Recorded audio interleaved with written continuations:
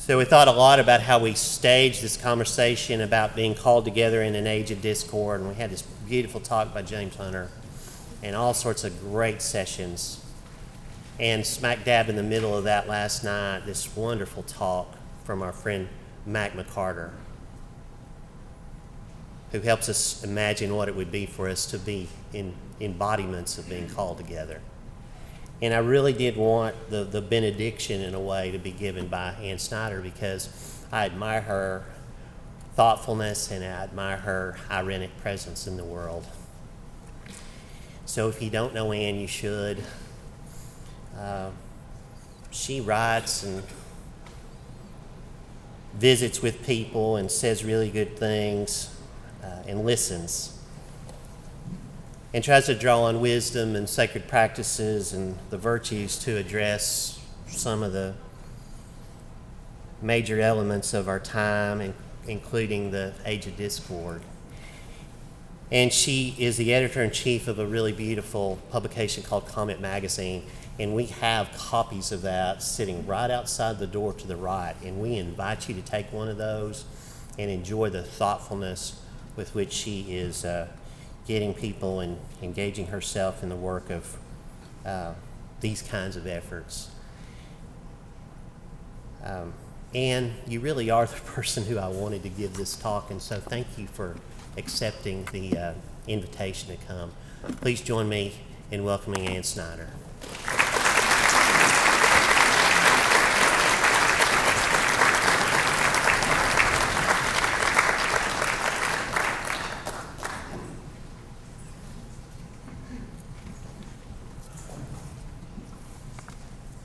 Thank you, Darren, and thank you all of you for being here. It's been a really beautiful gathering. So an unusual thing happened to me in the week following January 6th, 2021.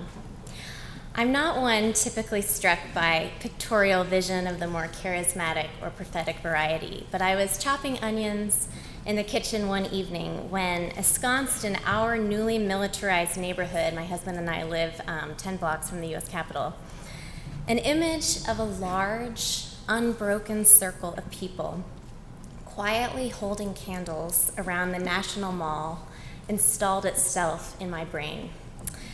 I had been feeling restless in the days since the attack, the event's historical importance, spiritual disturb, and for me, local nearness pressing for a response.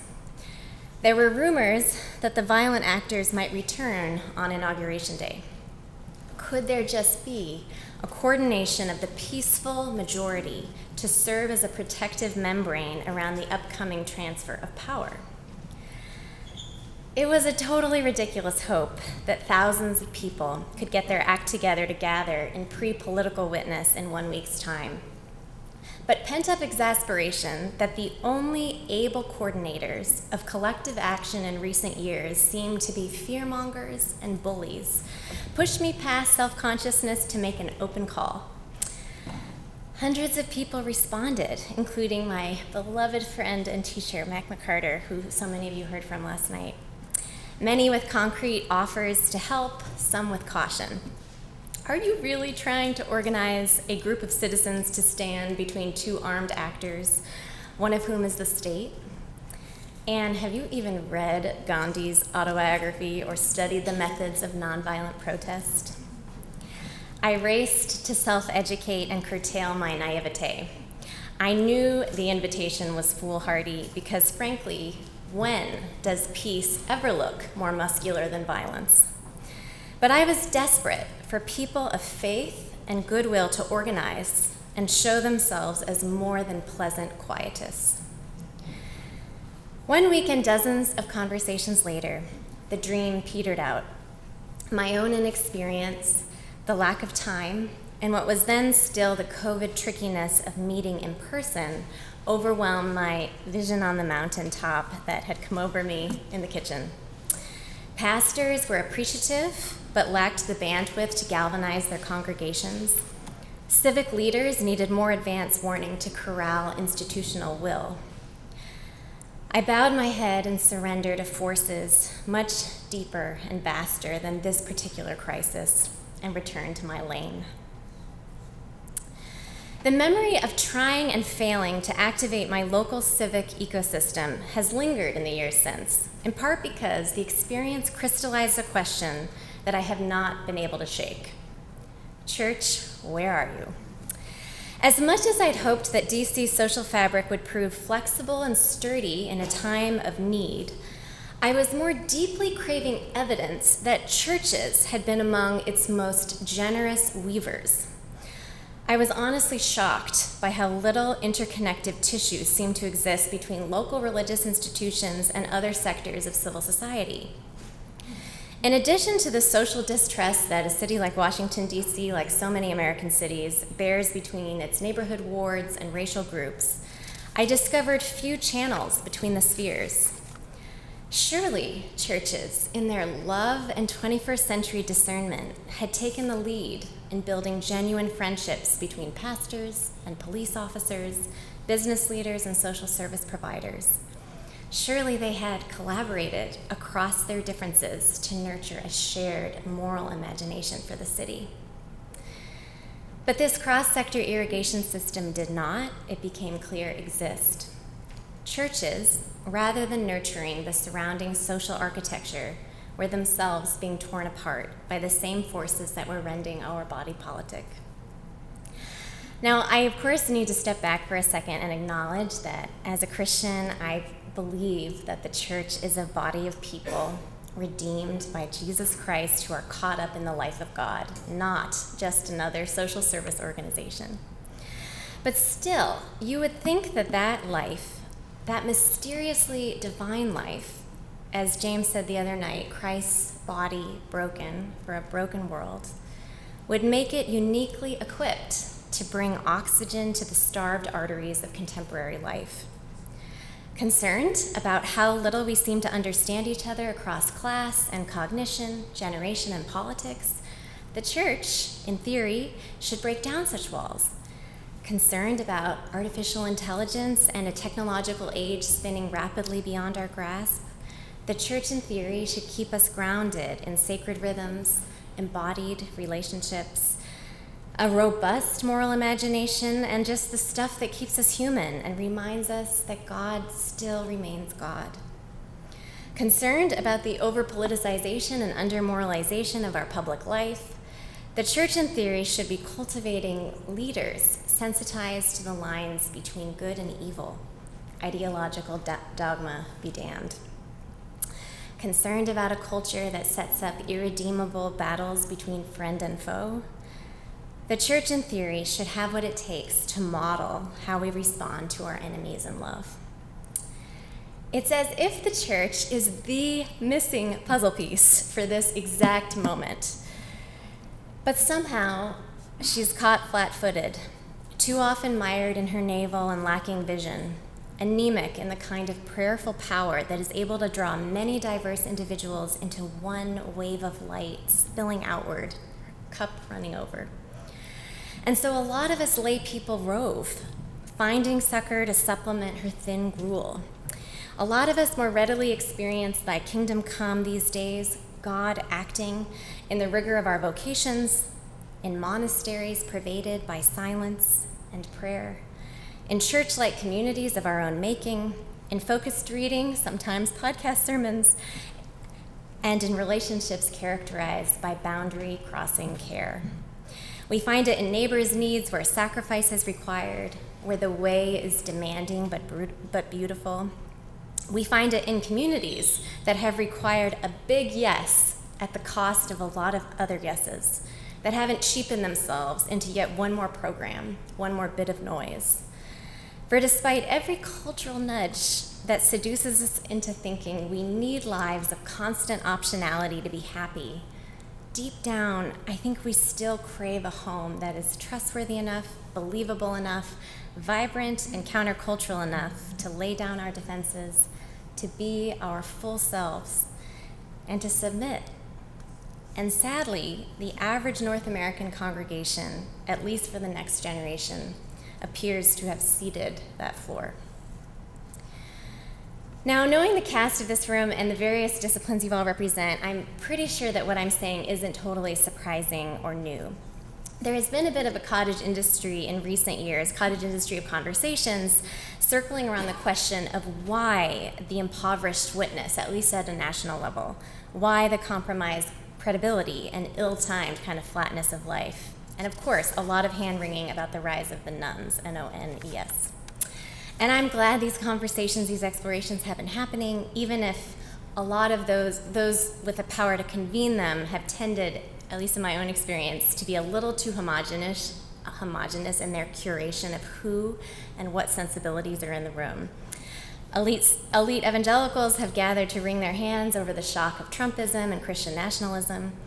Catholics have gathered to dissect the rise of integralism and related post-liberal temptations. The Eastern Orthodox have gathered to understand why what my friend Christine Emba calls, she just coined this, I thought it was really funny and cute, manfluencers like Jordan Peterson and Andrew Tate, why they're attracted to Eastern Orthodox theology in that church.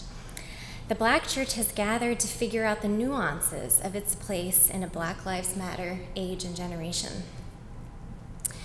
All of these conversations are worthy and have honestly helped me bob and weave around the bacteria of dysfunction in our time. But what has frustrated me in these discussions is not only the barely concealed contempt a lot of the time of who are these brothers and sisters of ours? How do we help them see and be catechized in the way of the true Christianity that we, the self-proclaimed remnant, hold? Not only that, but also a tendency for them to frame their lament in response to political symptoms, less an honest look inward at the deeper forces that afflict all of us just trying to stay fully human in modern times. Because if we're honest, it is the facts of disaggregation in modernity, the trend lines towards incoherence of reality itself, that most trouble the church's ability to be who Christ endowed it to be, precisely because they are the trend lines that most trouble my ability and your ability to be who he calls each of us to be. I was unusually impacted earlier this year by a book whose title underwhelms a little bit, but whose contents totally blow the frame wide open. The book is titled The Congregation in a Secular Age, and its author is a professor at Luther Seminary in St. Paul, Minnesota, named Andrew Root. In this volume, which is one of a trilogy devoted to understanding the unique pressures afflicting ecclesial life and practice in the Western or our part of the world today, Root describes an encounter with a pastor in North Dakota whose church in the wake of COVID seems flat, depressed. Quote, "We talk about falling behind, about needing change," this North Dakota pastor told Root, the author, in late 2020. "It's all we discuss at our regional meetings, but no one seems to know what that change needs to be. And worse, I'm convinced no one has the energy. It's like we're stuck in mud or trapped underwater, and we just don't have the energy to face it." "Face what?" Root asked the pastor. "Just anything at all," the pastor responded. "Maybe even the energy to be the church. People still show up on Sunday morning, but to get them to care or invest in anything else is impossible. We've tried everything." Root describes the context. Quote, "This North Dakota congregation was insulated from the supposed liberal ethos that undercuts the civic importance of religion, and yet it was as depressed as any declining city church in Philadelphia." The pastor continued in his observations, quote, "I mean, these should be exciting times. Everyone knows we need change, but instead of creating energy, it creates depression. It's like we're unable to be any more than a church that shows up on Sunday morning. This congregation is essentially a country club, and I cannot break that mentality. I don't think it's because these are bad or selfish people. They're lovely. As a church, we are just depressed." This little anecdote put words to my growing sadness on Sundays over the last number of years. So much of my vocation is bound up in getting to be an illuminator of the good that the sacred sector brings to our democratic life. I discover and get to write about so much civic ingenuity, rigorous human anthropology, and a wholly generative mischief that emanates often from faith-animated organizations in American civil society writ large. Faith-shaped rehab communities for addicts and former criminals, faith-animated colleges leading the way on new business models for higher ed and more, faith-convicted moves into neighborhoods shrouded in isolation and despair, faith-filled police officers reframing the national debate around police brutality, mental health, and racial bias. But I confess I struggle in more recent years to find that same vitality and power in the actual institution of the church, of our congregations. Catholics have the Eucharist, but a depressing level of passivity in too many pews. Evangelicals offer ever more reductive sermons which, instead of submitting to the poetic, world-making power of the prophetic, too often take their cues from the reactivity of our politics, the superlative interpretive skills of Hollywood, or frankly, sometimes the unctuous personality of a pastor who just likes hearing himself talk. The main line is hollowed out by intra-denominational conflict, and the Black church is struggling with its own demographic cliff, as African American elders forged in the intermingling of God's justice and civic need haven't somehow been able to meet the cynicism and pain of a younger generation struggling to maintain historical patience with the slow arc of justice in a world racked by fear. True Blood said it, and I affirm it. Quote, "The American congregations are doing many good things, but they're not stemming the tide of disintegration." If D. Elton said this to Mac McCarter over 40 years ago, what exactly are we doing wrong?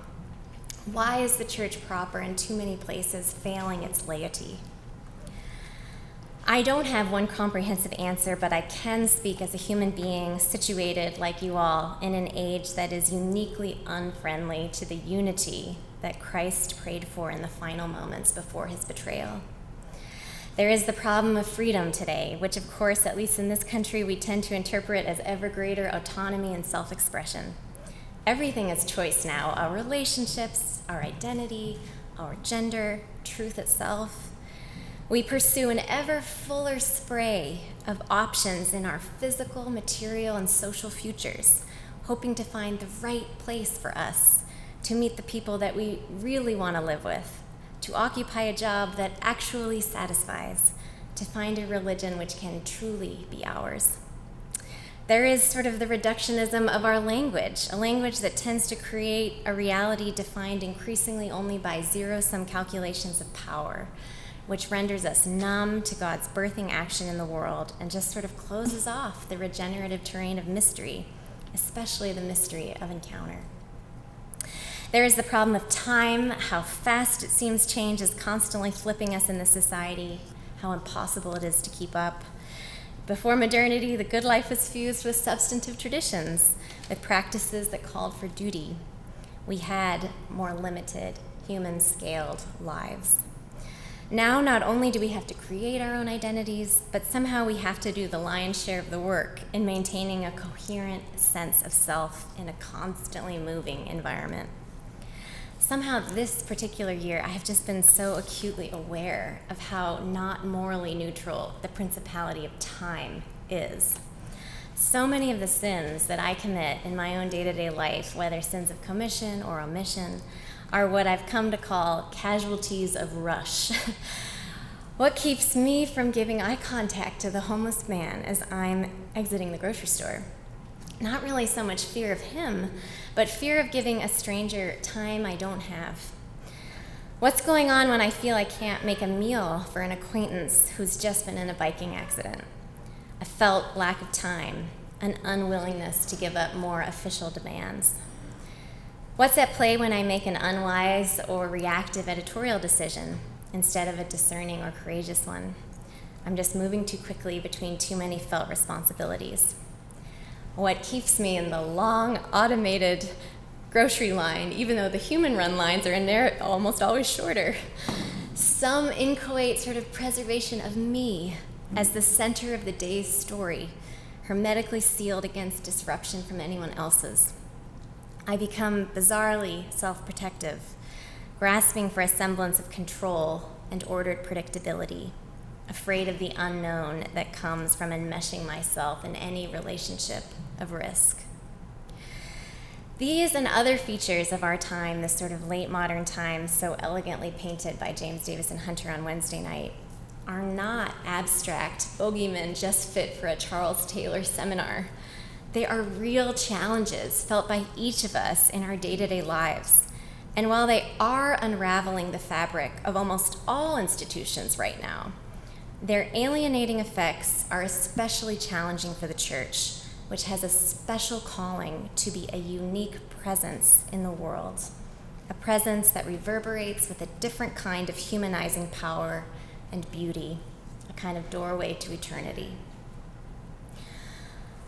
I want to enter that doorway in the church, as I have experienced her as the only place given authority by God to take a frail being like me through the journey from guilt to healing, from sin to freedom.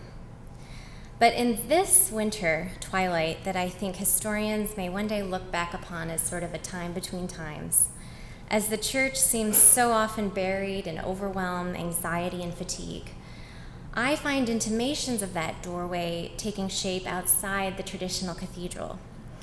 These are the green shoots that James alluded to on Wednesday, the third places, the emerging seedbeds where, while they may not be sacramental in the way, say, of Eucharistic purity, they are nonetheless providing the kind of metamorphosis, to quote Ron's wonderful word yesterday in introducing Mac, that can be no other but God's action in the world.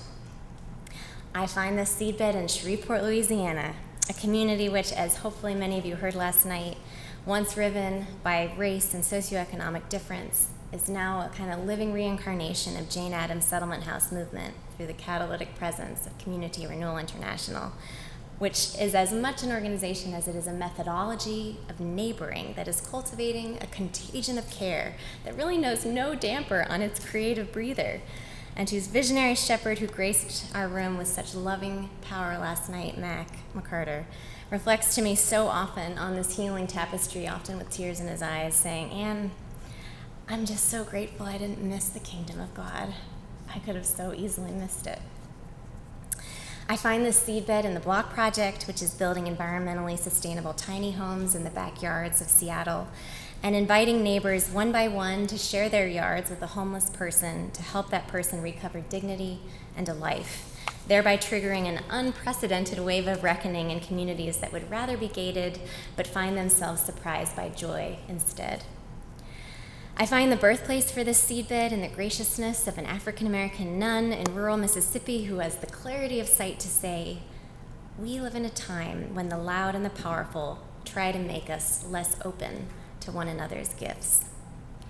I find it in the Living Hope Wheelchair Association, a Houston-based community organization of immigrants paralyzed by spinal cord injuries who model the way of accompaniment through suffering, drafting the textbook for what our future of responding to disasters justly will require. I find it in the Bruderhof, an Anabaptist community whose members make a vow of poverty and share all their possessions in common, taking the Beatitudes as literally as they can, a model of an alternative way of we, less I, for the world. I find it here in Waco, at the corner of Colcord and North 15th Street, where Jimmy Durrell and his compatriots have responded in loving creativity to every need, stitching together a village stewarded by the poor, a gift of presence to the rich and the lonely, a pathway to the kingdom of God. I also find it here at the Institute for Faith and Learning, this dynamic, whole-person community of scholars on pilgrimage, seeking to shape 21st century pathways of robust moral formation and Christian scholarship, a relational journey so humbly sherpa'd by the winking Gandalf that is Darren Davis. I find it in the Oaks Academy in Indianapolis, a Charlotte Mason-inspired school serving one of the more ethnically and socioeconomically diverse student bodies in Indiana, with a commitment to relationships, beauty, and a classical global canon as the foundation for lives of service and intellectual hospitality. I find it in Jacob's Ladder in Atlanta, a pioneering school for kids with severe intellectual disabilities whose compromised neural pathways are being rewired by an all-in marriage of science and love. I find it in Together Chicago, a constellation birthed out of prayer, weaving together business leaders, faith leaders, and community, nonprofit, civic government leaders effectively pursuing a more holistic, place-based approach to gun violence and crime. And I find a very similar constellation in Colorado Springs, which has sort of the same Weaverly testimony but applied to homelessness. And that actually was birthed out of churches. I find it in Sea Dog Theater, whose understanding of feasting, welcome, and the dance between the theater and the curiosity required to play a character is disarming the bundling and quick judgments we Americans do a lot of today, charting out a path from the stage to the table, from alienation to reconciliation. I find the seedbed at Erebon, an organization which is helping all kinds of institutions understand that still more transformative than diversity, equity, and inclusion mantras and modalities is a much higher, harder, and holier aim of working towards actually embodying the reconciled community with all the humbling this requires, the repentance and forgiveness it depends upon, and the mutual transformation it rewards. I find it in John and Valerie Guerra, whose married artistry as musicians is creating something new for the laity wrestling with God and the world Monday through Saturday, offering liturgies for real-world petition after Sunday's declaration. I find the seed for the emerging seedbed in the woman the other night who asked James Hunter a question on Wednesday, the question about confession and how, where, and when might the acknowledgement of historic trauma and oppression occur as the prerequisite for repentance, forgiveness, and truly coming together as a church united in an age of discord. And I could keep going on and on and on, lifting my own heart and your hearts, hopefully, just to be reminded of the candles of counterculture that are actually all around us, so much more numerous than the well-funded machines of fear and doom would have us believe. These candles keep my hope from being disappointed, reminding me that for all the church's failures, God is still at work in his people, often in startling and surprising unexpected ways, and that the church is often catching up with what the Spirit is doing in the world. And these seedbeds may be small. Empirically speaking, many of them are humble and struggle for resources, and they believe in the value of slow thought and high-touch personalism. So they frankly disappoint our idols of scale and efficiency. But they are the yeast and the big yes we're all yearning to be able to say in an age otherwise pummeling us of the will to affirm or construct or create anything. And the only thing they lack, but maybe the call or a call of this hour, is an articulate description of the substance of this big yes, what you might call a renewed moral imagination, one that is at both ancient and new, that would lend wind to their sails, glue for their collaborative solidarity with one another, and importantly, visibility in a public square incentivized to drown out their incandescence. So here I want to circle back to those candles on the National Mall that I glimpsed bizarrely in my head while chopping onions, as it felt like almost like a Red Sea parting invitation from God, but that I and so many of my own major limitations sort of cowering before the entrenched pharaohs of our day failed in 2021 to gather all these people in one place. I've heard allusion this week, both on and off the stage, to notions like shoring up the center, to the courageous middle.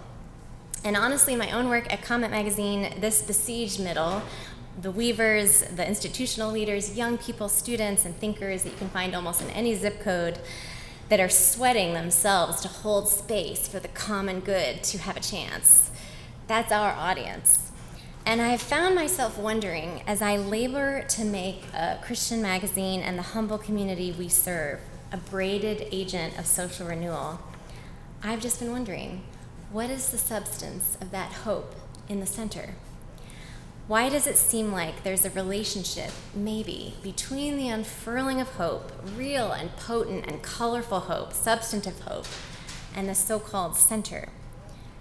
Is the center a fixed point of averages between the extremes, a vanilla emptiness of conviction, a sort of technocratic proceduralism that simply exists to be a bridge to nowhere? Or can the center be something more than a negation, more than we are not those people, or we are neither left nor the right, we are neither this or that, we feel politically homeless, we are peopleless, we are third places looking for third ways, tribeless wanderers looking for welcome and rest and belonging? This is a very living question for me right now, and something in my reading of history suggests that the answer, thankfully, is a yes. That movements of dread are almost always accompanied simultaneously by movements of hope, and that the center can be much more than just a rejection of the reigning narratives of fear and dehumanization that are providing a lot of cheap order and quick coherence to our shared experience of chaos and fragmentation. But I think we need to chart out a new articulation of this big yes, this positive moral vision, and we have to have one another. We need one another, and we need a dialogue of wisdoms to do that.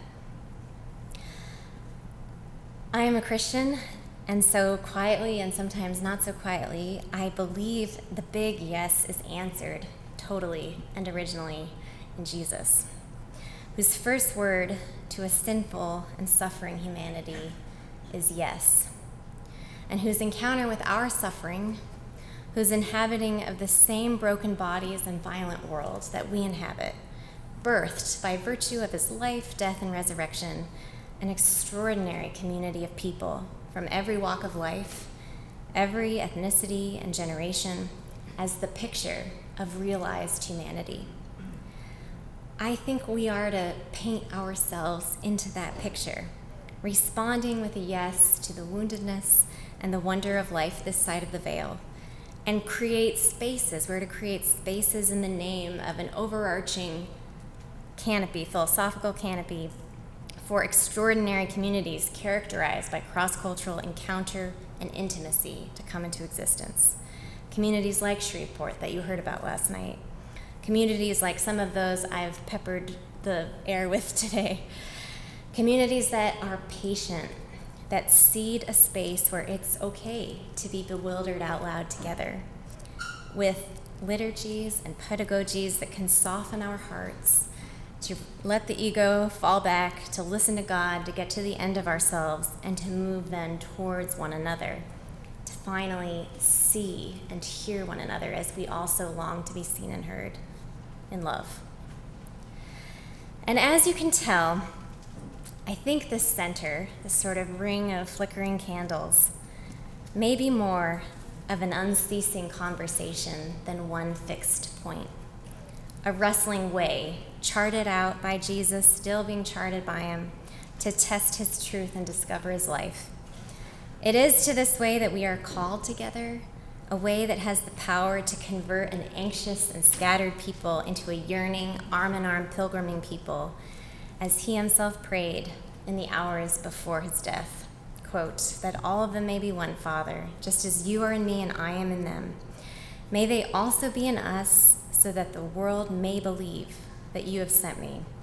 I have given them the glory that you gave me, that they may be one, as we are one, I in them and you in me, so that they may be brought to complete unity.